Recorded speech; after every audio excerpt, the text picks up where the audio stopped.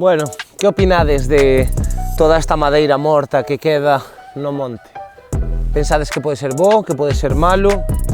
Bueno, pois para que o saibades, é fundamental que no monte, que nun bosque, haxa madeira en descomposición, en este caso, madeira morta.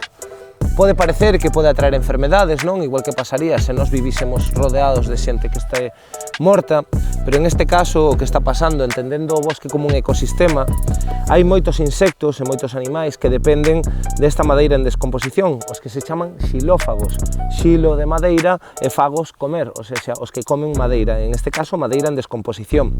Van a ser os responsables, ademais, de que esta madeira, os nutrientes que absorbeu este árbol, volvan a formar parte do chan e volvan a descompoñerse e, polo tanto, pechen o ciclo dos nutrientes. Pero non só iso, senón que, ademais, hai moita fauna que poden ser ou outros insectos ou aves que dependan deste tipo de bichos. En concreto, por exemplo, un moi importante e moi interesante é a nosa querida bacaloura. Así que, xa sabedes, madeira morta en realidade é vida.